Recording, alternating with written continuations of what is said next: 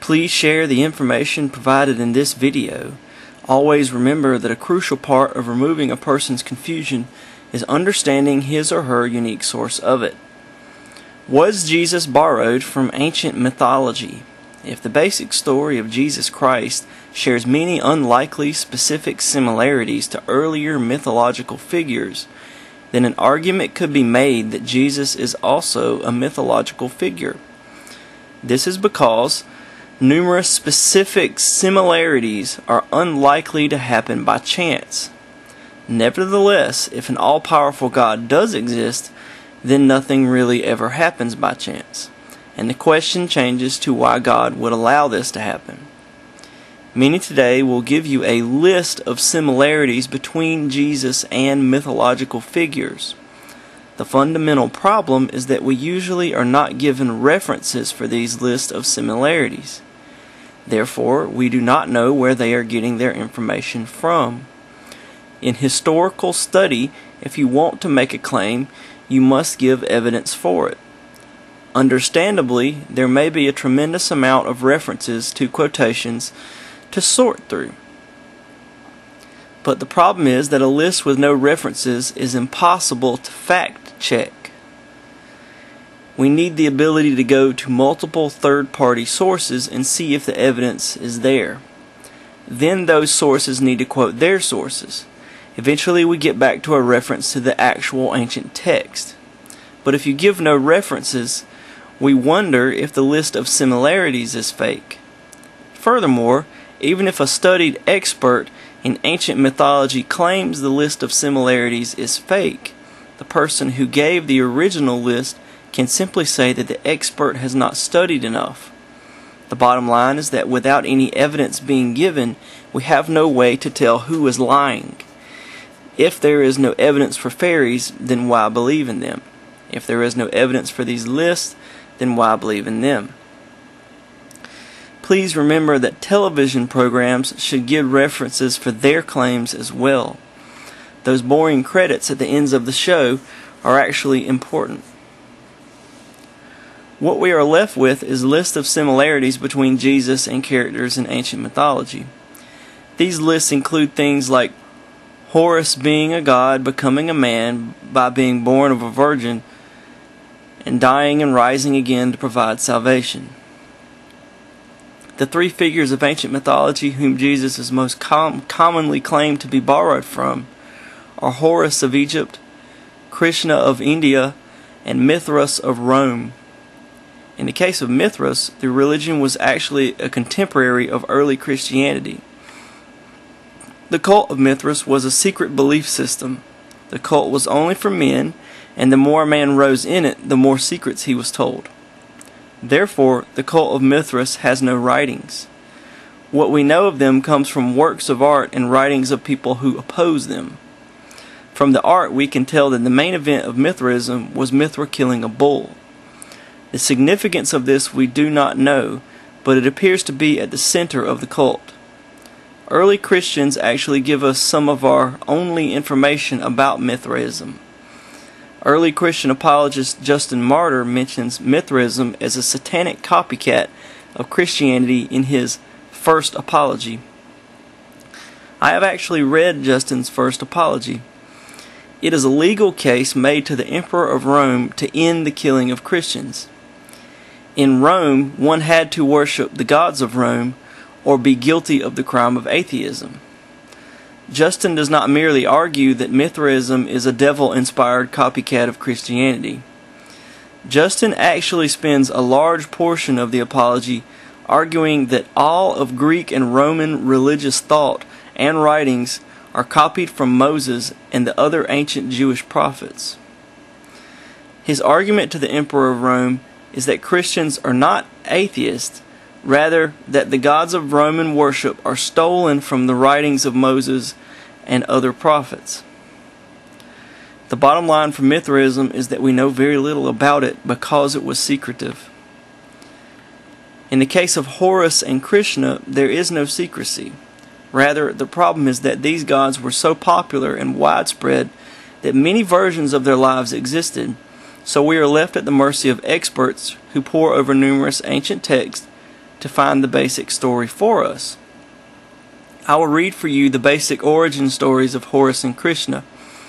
I will provide links to where I got this information in the description below. Note that both these stories begin with a Mother Earth goddess and a sky father. This is also true of Greek mythology. The story of Osiris, Isis, and Horus, the Egyptian myth of creation. From Geb, the sky god, and Nut, the earth goddess, came 4 children: Osiris, Isis, Set, and Nephthys. Osiris was the oldest and so became king of Egypt, and he married his sister Isis. Osiris was a good king and commanded the respect of all who lived on the earth and the gods who dwelled in the netherworld. However, Set was always jealous of Osiris because Set did not command the respect of those on the earth or those in the netherworld. One day, Set transformed himself into a vicious monster and attacked Osiris, killing him. Set then cut Osiris into pieces and distributed them throughout the length and breadth of Egypt. With Osiris dead, Set became king of Egypt with his sister Nephthys as his wife. Nephthys, however, felt sorry for her sister Isis, who wept endlessly over her lost husband. Isis, who had great magical powers, decided to find her husband and bring him back to life long enough so that they could have a child. Together with Nephthys, Isis roamed the country, collecting the pieces of her husband's body and reassembling them. Isis failed to find Osiris's important penis, so she crafted one for him out of gold. Once she completed this task, she breathed the breath of life into his body and resurrected him. They were together again, and Isis became pregnant soon after. Osiris was able to descend into the underworld, where he became lord of that domain. The child born to Isis was named Horus, the hawk god. When he became an adult, Horus decided to make a case before the court of gods that he, not Set, was the rightful king of Egypt. A long period of argument followed, and Set challenged Horus to a contest. The winner would become king. Set, however, did not play fair. After several matches in which Set cheated and was the victor, Horus's mother Isis decided to help her son and set a trap for Set. She snared him, but Set begged for his life, and Isis let him go. When he found that she had let his enemy live, Horus became angry and with his mother and rages against her, earning the contempt of the other gods. They decided that there would be one more match, and Set would get to choose what it would be. Set decided that the final round of the contest would be a boat race. In order to make the contest a challenge, Set decided that he and Horus should race boats made of stone. Horus was tricky and built a boat made of wood covered with limestone plaster, which looked like stone. As the gods assembled for the race, Set cut the top off a mountain to serve as his boat and set it in the water. His boat sank right away, and all the other gods laughed at him. Angry, Set transformed himself into a hippopotamus and attacked Horus's boat. Horus fought off Set, but the other gods stopped him before he could kill Set. The other gods decided that the match was a tie. Many of the gods were sympathetic to Horus, but remembered his anger towards his mother for being lenient to Set, and were unwilling to support him completely. The gods who formed the court decided to write a letter to Osiris to ask for his advice. Osiris responded with a definite answer. His son is the rightful king and should be placed on the throne. No one, said Osiris, should take the throne of Egypt through an act of murder, as Set had done. Set had killed Osiris, but Horus had not killed anyone, and was the better candidate. The sun and stars, who were Osiris's allies, descended into the underworld, leaving the world in darkness. Finally, the gods agreed that Horus should claim his birthright as king of Egypt. This second story is about Krishna. He is still greatly revered in India to this day. Mother Earth, unable to bear the burden of sins committed by evil kings and rulers, appealed to Brahma, the creator, for help.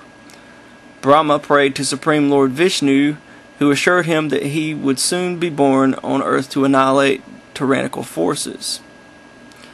One such evil force was Kamsa, the ruler of Mathura in northern India, and his people were utterly terrified of him. On the day Kamsa's sister Devaki was married off to Vasudeva, and Akashvani, or voice from the sky, was heard prophesying that Devaki's eighth son would be the destroyer of Kamsa.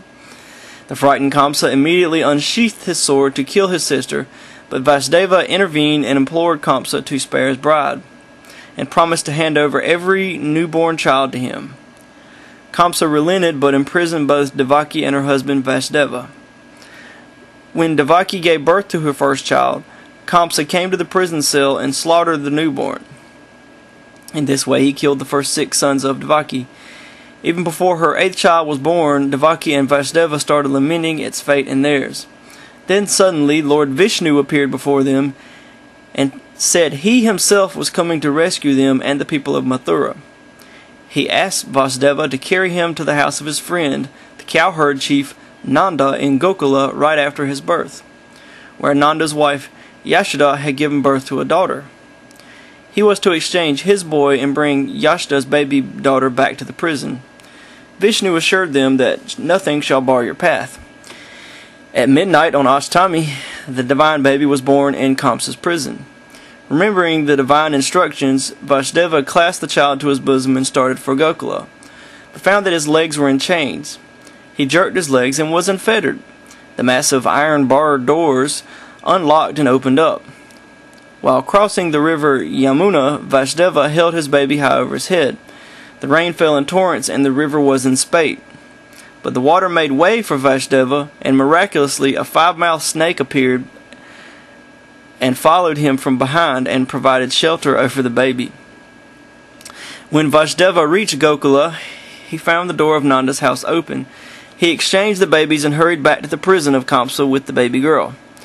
Early in the morning, all the people at Gokula rejoiced at the birth of Nanda's beautiful male child. Vasudeva came back to Mathura, and as he entered, the doors of the prison closed themselves. When Kamsa came to know about the birth, he rushed inside the prison and tried to kill the baby. But this time, it skipped from his hand, and reaching the sky, she was transformed into the goddess Yogamaya, who told Kamsa, "O foolish, what will you get by killing me? Your nemesis is already born somewhere else." In his youth, Krishna killed Kamsa along with all his cruel associates, liberated his parents from prison, and reinstated Ugrasen as the king of Mathura.